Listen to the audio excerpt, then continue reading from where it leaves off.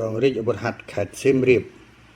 បន្តចុះផ្សព្វផ្សាយប្រព័ន្ធទូរស័ព្ទ Hotline 1296លោកឧត្តមសេនីយ៍ត្រីសៀទីនមេបញ្ជាការកងរាជអាវុធហត្ថខេត្តសៀមរាបចាត់ឲ្យក្រុមការងារចុះយុទ្ធនាការចុះផ្សាយលិខិតប័ណ្ណនាមប័ណ្ណនិងបិទ sticker ផ្សព្វផ្សាយប្រព័ន្ធលេខទូរស័ព្ទ Hotline 1296ជូនដល់ប្រជាពលរដ្ឋឬអាជីវកម្មជីវករតាមផ្ទះភោជនីយដ្ឋានផ្ទះសំណាក់បន្ទប់ជួល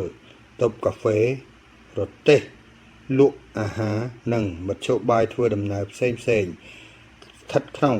ក្រុងសៀមរាបខេត្តសៀមរាបបើសិនជាបងប្អូនប្រជាពលរដ្ឋរស់នៅក្នុងខេត្តសៀមរាបបានជួបហេតុការណ៍ត្រូវការអន្តរាគមន៍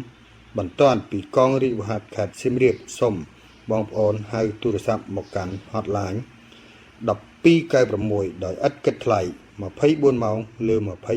ម៉ោងឬអាចទំនាក់ទំនងតាម Telegram WhatsApp